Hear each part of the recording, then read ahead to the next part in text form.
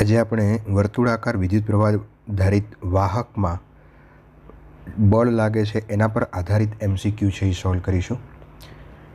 61 થી શરૂ કરીએ આપણે. I વિદ્યુત પ્રવાહ ધરાવતા તાર PQ ને એક કેપિટલ I વિદ્યુત પ્રવાહ ધરાવતા લાંબા તાર XY ની લંબ મૂકેલો છે.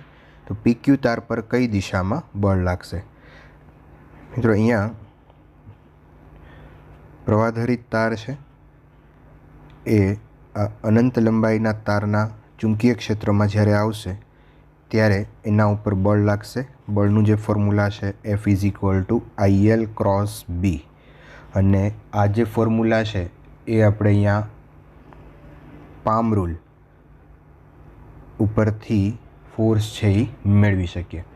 તો અનંત લંબાઈના તાર દ્વારા ઉદ્ભવતું ચુંબકીય ક્ષેત્ર પ્રવાહની દિશામાં અંગૂઠો રાખશો તો ચુંબકીય ક્ષેત્ર છે એ અંદર તરફ જશે. તો અહીંયા ચુંબકીય ક્ષેત્ર અંદર તરફ છે, વિદ્યુત પ્રવાહ છે એ અહીંયા ડાબી તરફ છે. તો વિદ્યુત પ્રવાહની દિશામાં અંગૂઠો રાખશું, આંગળા અંદર રાખશું તો બળ છે એ નીચે તરફ લાગશે. તો ફોર્સ અહીંયા અધો દિશામાં લાગે.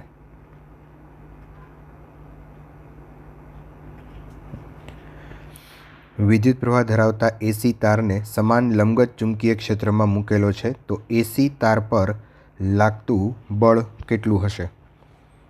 સિચ્યુએશન આપણે જોઈએ મિત્રો. તાર છે એ આ રીતે ઝેડ આકારમાં વાળેલો છે. એ વિદ્યુત પ્રવાહ 3 એમ્પિયર વહન પામે છે. અહીંયા આ લંબાઈ આપી છે 8 સેન્ટીમીટર, આ જે લંબાઈ છે એ 6 સેન્ટીમીટર, અને ચુંબકીય ક્ષેત્ર છે એ પુસ્તકના પાનાની અંદર જતી દિશામાં B = 10 ટેસ્લા આપેલું છે. તો અહીંયા ફોર્સ છે પ્રવાહધારિત તાર છે એટલે F = IL × B, આ ફોર્મ્યુલા મુજબ ફોર્સ લાગશે. અચ્છા, અહીંયા આ જે સાઈડ છે એ 6 છે, આ 8 છે. મિત્રો આપણે આ જે પ્રારંભિક બિંદુ અને અંતિમ બિંદુ IL × B ની અંદર જે L છે એ ડિસ્પ્લેસમેન્ટ બતાવે છે. તો આ અંતર આપણે જરૂરી અંતર આ છે. તો આ 6, આ 8, તો પાયથાગોરસથી મેળવશું આ 10 થઈ જશે. ઓકે, સો નાઉ F = કરંટ છે એ અહીંયા 10 એમ્પિયર, લેન્થ 10, અને B ચુંબકીય ક્ષેત્ર છે એ પણ 10 આપેલું છે. અહીંયા સેન્ટીમીટરને આપણે કન્વર્ટ કરશું મીટરમાં. સો આન્સર રહેશે અહીંયા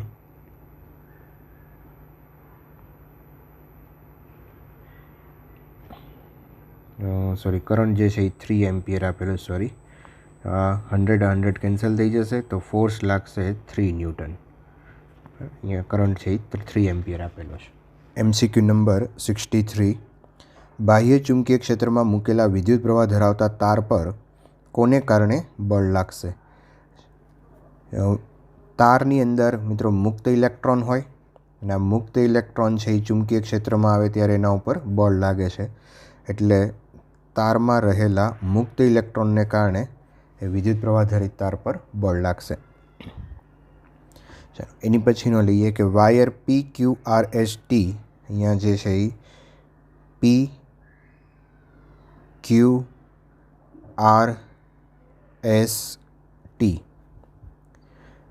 વિદ્યુત પ્રવાહ I = 5 એમ્પિયર ધરાવે છે, જેને આકૃતિમાં દર્શાવ્યા પ્રમાણે B = 2 ટેસ્લાના નિયમિત ચુંબકીય ક્ષેત્રમાં મૂકેલ છે. જો QR = 4 હોય, આ અંતર છે એ 4 આપેલું છે, અને SR = 6 છે, તો SR પર લાગતું ચુંબકીય બળ છે એ મેળવવાનું છે. અચ્છા, અહીંયા ફોર્મ્યુલા મુજબ આપણે મિત્રો જોઈએ તો અહીંયા પ્રવાહધારિત તાર છે, પ્રવાહધારિત તાર પર લાગતું બળ F = IL × B or ILB sin θ. Okay, now theta જે છે એ આ L અને B વચ્ચેનો એંગલ છે. તો L અને B વચ્ચેનો એંગલ લેન્થ અહીંયા આ રીતે છે, ચુંબકીય ક્ષેત્ર આ દિશામાં આપ્યું છે. અહીંયા એક ત્રિકોણ બનાવી દઈએ. ત્રિકોણ આ SR અને આ અહીંયા ચુંબકીય ક્ષેત્ર આ દિશામાં છે, લેન્થ આ દિશામાં આપેલી છે અને બંને વચ્ચેનો એંગલ થીટા. તો sine theta is equal two સામેની બાજુ છેદમાં કર્ણ. તો સામેની બાજુ આપણને આપી છે QR ઇઝ ઇક્વલ ટુ 4/6. 4/6. તો અહીંયા force F is equal two current pass થાય છે એમાંથી 5 એમ્પિયર. લેન્થ L જે છે એ લેશું આપણે અહીંયા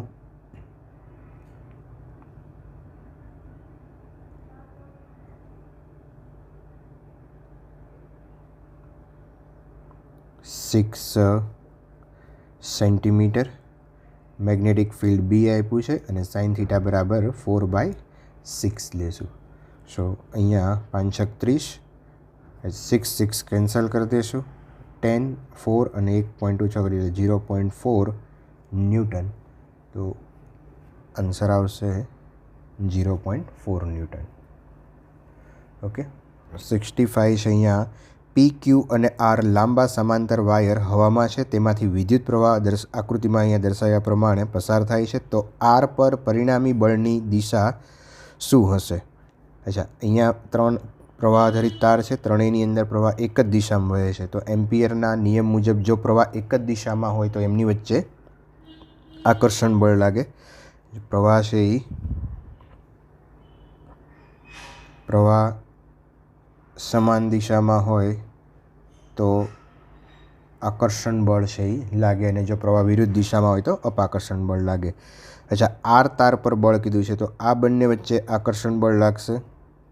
એ જ રીતે આ બંને પર પણ આકર્ષણ બળ લાગશે. અચ્છા, તો બંને એક જ દિશામાં છે અને એ ડાબી તરફ છે. તો આન્સર અહીંયા મિત્રો આવશે ડાબી તરફ બળ લાગશે. નેક્સ્ટ લઈએ 66. મુક્ત અવકાશમાં 10 સેન્ટીમીટર અંતરે રહેલા બે સમાંતર તાર 10 એમ્પિયર વિદ્યુત પ્રવાહ ધરાવે છે. દરેક તારમાં એકમ લંબાઈ દીઠ ચુંબકીય બળ કેટલું હશે? અચ્છા, એકમ લંબાઈ દીઠ ચુંબકીય બળ માટે અહીંયા ફોર્મ્યુલા લખીએ આપણે. F is equal to μ0 I1 I2 L/2πd. એલને આના છેદમાં લઈ લઈએ તો એકમ લંબાઈ દીઠ આપણને અહીંયા બળ છે એ મળશે. બરાબર. F μ0ની વેલ્યુ છે 4π × 10⁻⁻7. I1 અને I2 સમાંતર રહેલા બે તારમાં 10 એમ્પિયર વિદ્યુત પ્રવાહ વહે છે, એટલે 10 × 10/2π. ડિસ્ટન્સ આપ્યું છે 10 સેન્ટીમીટર, સો 10 × 10⁻². એ પાઈ કેન્સલ થઈ જશે. અહીંયા એક 2 થઈ જશે, કેન્સલ થઈ જશે. અને 10ને આપણે ઉપર લઈ આવશું એટલે 10⁻³ આવશે. તો 2 × 10⁻, અહીંયા 7 છે, 7 -3 કરશો એટલે -4 ન્યૂટન. અને બંનેમાં પ્રવાહ એક જ દિશામાં વહે છે એટલે આકર્ષણ બળ લાગશે. ચાલો નેક્સ્ટ લઈએ 67.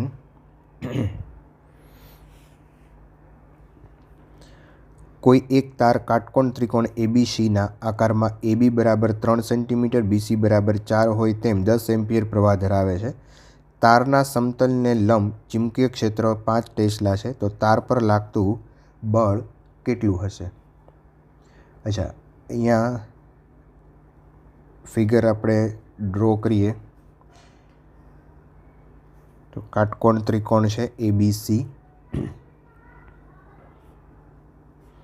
અને બાજુનું જે માપ છે 3, આ 4, આ 5 થશે. અને આની અંદર કરંટ જે છે એ ફ્લો થાય છે. સપોઝ કરંટની ડિરેક્શન લઈ લઈએ આપણે. હવે મેગ્નેટિક ફિલ્ડ છે એ અહીંયા સમતલમાંથી બહાર આવતું સમતલને લંબ નિયમિત ચુંબકીય ક્ષેત્ર લાગુ પાડેલું છે, અંદર અથવા બહાર કોઈ બી દિશામાં લઈ શકાય. તો તાર ઉપર લાગતું force F is equal to ILB sine theta, બરાબર. આ ફોર્મ્યુલા મુજબ ફોર્સ છે એ લાગશે. ઓકે, અહીંયા આપણે આઈ જે છે કરંટ જે છે એ આપ્યો છે 10 એમ્પિયર. લેન્થ, હું જે લેન્થ અહીંયા પરપેન્ડિક્યુલર છે મેગ્નેટિક ફિલ્ડને એ જ લેન્થ આપણે અહીંયા લેશું, અથવા તો આનું અને આનું સ્થાનાંતર ગોતીએ, એંગલ ગોતી લ્યો, બરાબર, તો બી વાંધો નથી. પણ આપણે શું કરશું, આ જે તાર આપ્યો છે એ તારની અંદર આ પ્રારંભિક ને અંતિમ બિંદુ એટલે એનું સ્થાનાંતર છે આ 5 થઈ જશે. તાર ખાલી આટલો જ છે, આ અંતર છે જે 5 આવશે, તો લેન્થ લેશું 5. બી મેગ્નેટિક ફિલ્ડ આપેલું છે 5 ટેસ્લા અને theta is equal two sine theta is equal two 1 અથવા તો થીટા ઇઝ ઇક્વલ ટુ 90 થઈ જશે. અહીંયા 250 ન્યૂટન આવશે. સેન્ટીમીટર છે એટલે અહીંયા ઇન્ટુ 10⁻⁻² કરશું, કારણ કે આ 5 છે એ લેન્થ 5 છે એ સેન્ટીમીટરમાં છે, તો 2.5 ન્યૂટન ફોર્સ લાગશે. અચ્છા, બે રીતે આ પ્રોબ્લેમ સોલ્વ કરી શકાય. એક મેથડ આપણે અહીંયા જોઈ કે જેની અંદર અહીંયા બી તમે મિત્રો આ ફાઇનલ અને આની વચ્ચેનું લેન્થ છે એ લેન્થ લઈ અને પ્રોબ્લેમ છે એ સોલ્વ કરી શકો, બરાબર. ટોટલ આ લેન્થ છે એ 4 થઈ જશે. તો આ પ્રોબ્લેમને અહીંયા જે છેલ્લે આપણે પ્રોબ્લેમ કર્યો એ રીતે પણ આને તમે કરી શકો. અહીંયા ફરી એક લખી દઉં, F is equal to ILB sine થીટાની વેલ્યુ તમે 90 લઈ લો, આ પરપેન્ડિક્યુલર થઈ જશે. અહીંયા મેગ્નેટિક ફિલ્ડ અને આ તાર આ લંબ થશે. તો તાર ખાલી આપણે આટલો જ લેશું. મેગ્નેટિક ફિલ્ડ ભલે અહીંયા ગોતવાનું હોય પણ પરપેન્ડિક્યુલર ડિસ્ટન્સ લેશું આ બંને વચ્ચેનું. તો આ જે ડિસ્ટન્સ છે એ 4 આપ્યું છે. કરંટ આપ્યો છે આપણને 5 એમ્પિયર. લેન્થ લેશું 4. મેગ્નેટિક ફિલ્ડ લેશું 2 tesla. Sine theta is equal two 1 લેશું. અને સેન્ટીમીટર છે એને કન્વર્ટ કરીએ મીટરમાં એટલે -2. તો 5 5 દુ 10, 10 અહીંયા એક ઘાત ઓછી થઈ જશે, તો અહીંયા 0.4. તો બે રીતે આ પ્રોબ્લેમ છે એ સોલ્વ કરી શકો. એક આપણે સાઇન થીટા લઈને પ્રોબ્લેમ છે એ સોલ્વ કર્યો હતો, અને એક પરપેન્ડિક્યુલર લેન્થ ડિસ્ટન્સ છે એ લીધું મેગ્નેટિક ફિલ્ડને, જે મેથડ અહીંયા પણ આપણે એકવાર ફરીવાર કરી, બરાબર. તો આ બંને રીતે તમે પ્રોબ્લેમ છે એ સોલ્વ કરી શકશો. ચાલો, નેક્સ્ટ લાસ્ટ ક્વેશ્ચન છે અહીંયા. જ્યારે સ્પ્રિંગમાંથી એસી પ્રવાહ પસાર કરવામાં આવે ત્યારે એસી પ્રવાહ પસાર કરવામાં આવે તો જે સ્પ્રિંગ છે એનો એક નાના કંપ વિસ્તાર સાથે એ દોલનો કરશે. જ્યારે સ્પ્રિંગમાંથી એસી પ્રવાહ પસાર કરવામાં આવે ત્યારે ખૂબ જ નાના દોલનો સાથે એ દોલનો નાના કંપ વિસ્તાર સાથે દોલનો કરશે. થિયરી બેઝ છે MCQ. ચાલો, 69. જ્યારે સ્પ્રિંગમાંથી ડીસી પ્રવાહ પસાર કરવામાં આવે ત્યારે, હવે સ્પ્રિંગ છે એની અંદરથી ડીસી પ્રવાહ પસાર કરીએ. મેં સ્પ્રિંગના અહીંયા નજીકના 2 ટર્ન બતાવ્યા છે. એમાં પ્રવાહ જે છે એ અહીંયા જે નજીકના 2 ટર્ન છે, પ્રવાહ એક જ દિશા, ડીસીની અંદર પ્રવાહ છે એ એક જ દિશામાં વહેતો હોય, તો નજીકના જે 2 ટર્ન છે એમાં પ્રવાહ એક જ દિશામાં વહેશે. કારણ કે ડીસી છે એ ડાયરેક્ટ કરંટ છે, તો એની અંદર પ્રવાહ છે એ એક જ દિશામાં, નજીકના જે 2 ટર્ન છે એની અંદર પ્રવાહ એક જ દિશામાં વહેશે. અને જો પ્રવાહ એક જ દિશામાં વહે તો બંને વચ્ચે આકર્ષણ થાય એમ્પિયરના નિયમ મુજબ, અને આકર્ષણ થાય તો સ્પ્રિંગનું અહીંયા સંકોચન છે એ થશે, બરાબર. ચાલો, નેક્સ્ટ લઈએ. I વિદ્યુત પ્રવાહ ધરાવતા એક લંબચોરસ લૂપને એક સ્થિર I2 વિદ્યુત પ્રવાહ ધરાવતા લાંબા સુરેખ તારની નજીક મૂકેલ છે. તાર એ લૂપની એક બાજુએ સમાંતર છે અને તે આકૃતિમાં દર્શાવ્યા પ્રમાણે લૂપના સમતલમાં છે. તો પ્રવાહનું લૂપ તારથી દૂર તરફ ગતિ કરશે, તાર તરફ ગતિ કરશે, સ્થિર રહેશે કે તારને સમાંતર અક્ષની સમાંતર ભ્રમણ કરશે. ચલો અહીંયા મિત્રો આ તાર અને આ બંને તાર તમે જોશો તો બંનેની અંદર પ્રવાહ એક જ દિશામાં છે, એટલે આ બંને વચ્ચે આકર્ષણ બળ લાગશે. આ તાર અને જે દૂરનો તાર છે એ બંનેમાં પ્રવાહ વિરુદ્ધ દિશામાં છે, એટલે આના ઉપર અપાકર્ષણ બળ લાગશે. અચ્છા, અહીંયા આ જે તાર છે એ તારની અંદર વિદ્યુત પ્રવાહ, આ તારનું ચુંબકીય ક્ષેત્ર અંદર તરફ છે અને આ તાર ઉપર બળ છે એ અહીંયા વિદ્યુત પ્રવાહ છે એ આ દિશામાં છે, ચુંબકીય ક્ષેત્ર અંદર, તો આના ઉપર બળ ઉપર તરફ લાગશે અને આના ઉપર બળ નીચે તરફ લાગશે. બેની પ્રવાહની દિશા વિરુદ્ધ છે એટલે હવે આ બંને એકબીજાની અસર કેન્સલ કરી નાખશે. આ બળ છે અહીંયા આ બંને તાર એકબીજાથી વધારે દૂર છે આની સરખામણીમાં, એટલે આ બળ ઓછું હશે, જ્યારે આ બળ છે એ વધારે હશે, એટલે કે આ બંને વચ્ચે આકર્ષણ બળ છે એ વધારે હશે. તો આખી લૂપ છે એ તાર તરફ ગતિ કરશે, નજીક આવવાનો પ્રયત્ન કરશે. વિદ્યુત પ્રવાહ ધરાવતો તાર નિયમિત ચુંબકીય ક્ષેત્રમાં કોઈ પણ ખૂણે મૂકતા જો તારને તમે ચુંબકીય ક્ષેત્રમાં મૂકશો તો એના ઉપર બળ લાગશે.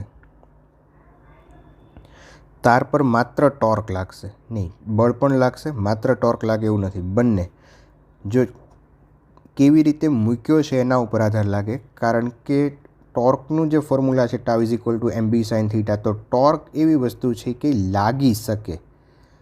જો થીટા ઇઝ ઇક્વલ ટુ 0 હોય તો ન લાગે, અને જો થીટા 0 નહીં હોય તો લાગશે, એટલે ટોર્ક લાગી શકે. જ્યારે બળ જે છે એ હંમેશા લાગે, બળ છે એ લાગશે. અચ્છા મિત્રો, યાદ રાખશું કે જો સમાન ચુંબકીય ક્ષેત્રમાં હશે તો પરિણામી બળ હંમેશા શૂન્ય થશે. નિયમિત ચુંબકીય ક્ષેત્રમાં હશે તો પરિણામી બળ શૂન્ય થશે, પણ એક બળ તો બળ હંમેશા લાગશે, પરિણામી બળ હંમેશા શૂન્ય થશે. ચાલો નેક્સ્ટ લઈએ 72. પોઝિટ્રોનના બે સમાંતર કિરણ સમાન દિશામાં ગતિ કરતા હોય. અચ્છા, પોઝિટ્રોન છે, પોઝિટ્રોન એટલે પોઝિટિવ ઇલેક્ટ્રોન. મિત્રો પોઝિટ્રોન શબ્દ આવ્યો છે, પોઝિટિવ ઇલેક્ટ્રોન, કે જેના ગુણધર્મ છે એ બધા ઇલેક્ટ્રોન જેવા છે, પણ એનો ચાર્જ છે એ પોઝિટિવ છે. હવે આવા કિરણો સમાન દિશામાં ગતિ કરતા હોય, બે એક જ દિશામાં ગતિ કરતા હોય, તો એક દિશામાં ગતિ કરશે, બંને ઇલેક્ટ્રોન છે તો બંને ઇલેક્ટ્રોન વચ્ચે અપાકર્ષણ છે એ થશે. એકચ્યુઅલી બંને ઇલેક્ટ્રોન છે તો બંને ઇલેક્ટ્રોન વચ્ચે વિદ્યુતીય બળ લાગશે, અપાકર્ષી બળ, જે ઘણું વધારે હોય છે, એટલે અપાકર્ષી બળ અહીંયા અનુભવશે. આર ત્રિજ્યા, હવે જે ક્વેશ્ચનો મિત્રો શરૂ થશે એ પ્રવાહ લૂપ અને ગતિમાન કોઇલ અને ગેલ્વેનોમીટર પર આધારિત હશે.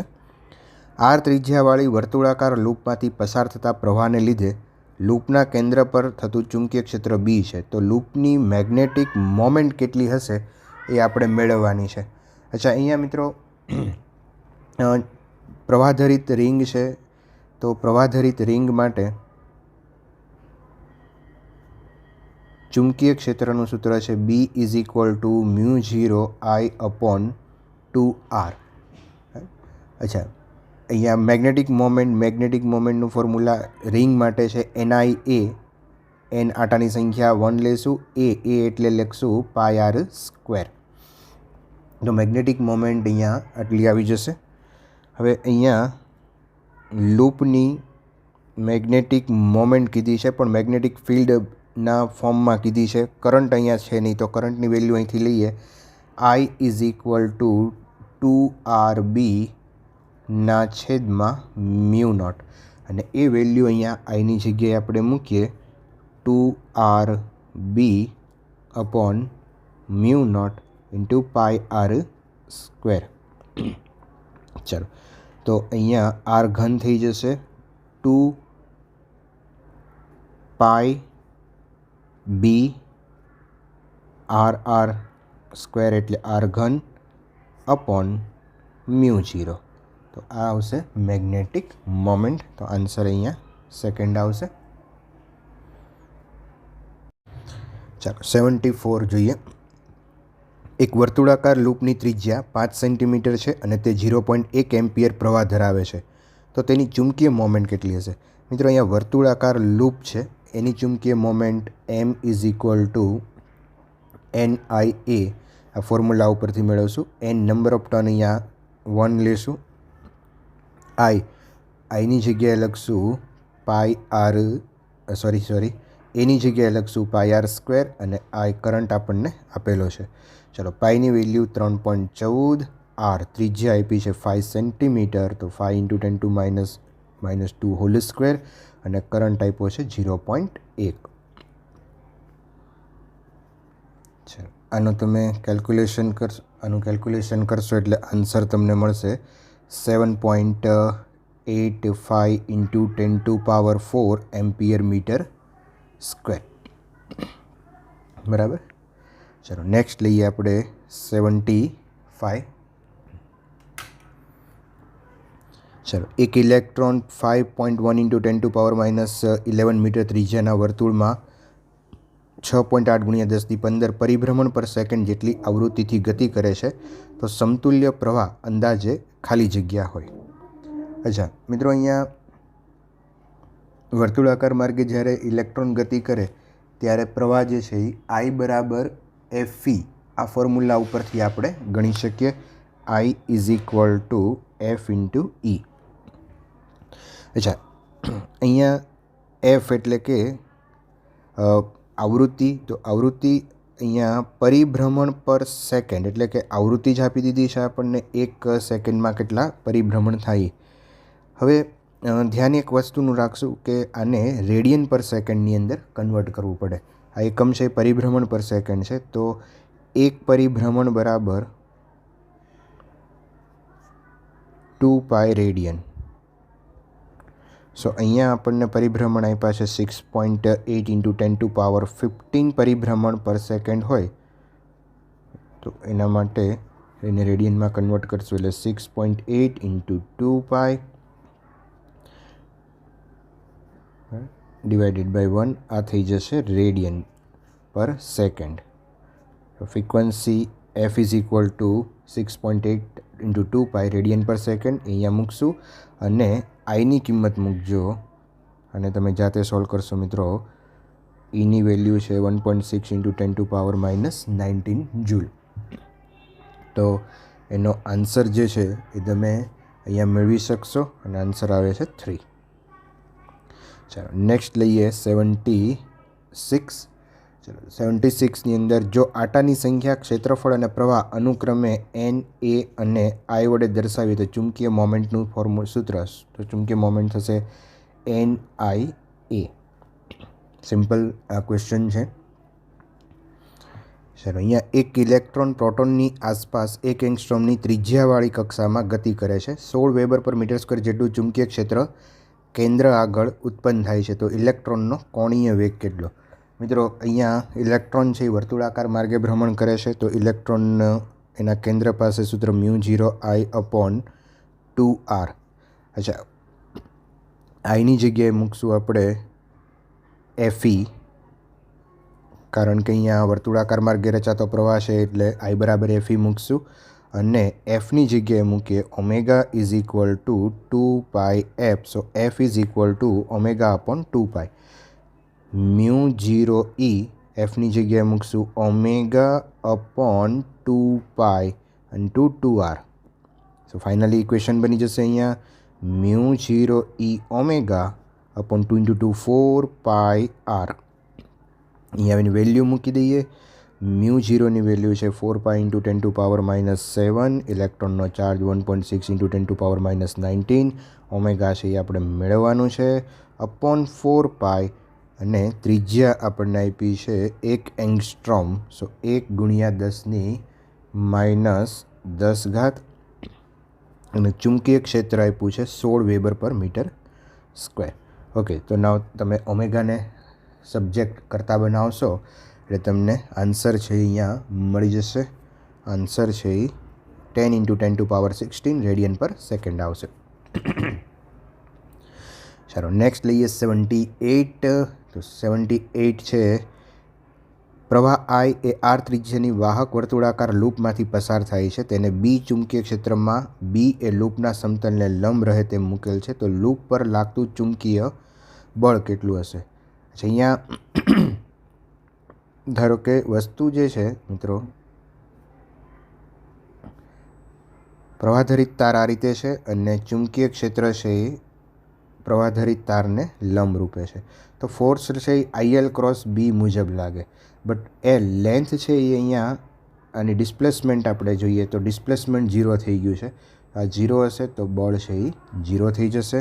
તો આન્સર છે અહીંયા 3 આવશે. ફોર્સ છે એ 0 થશે.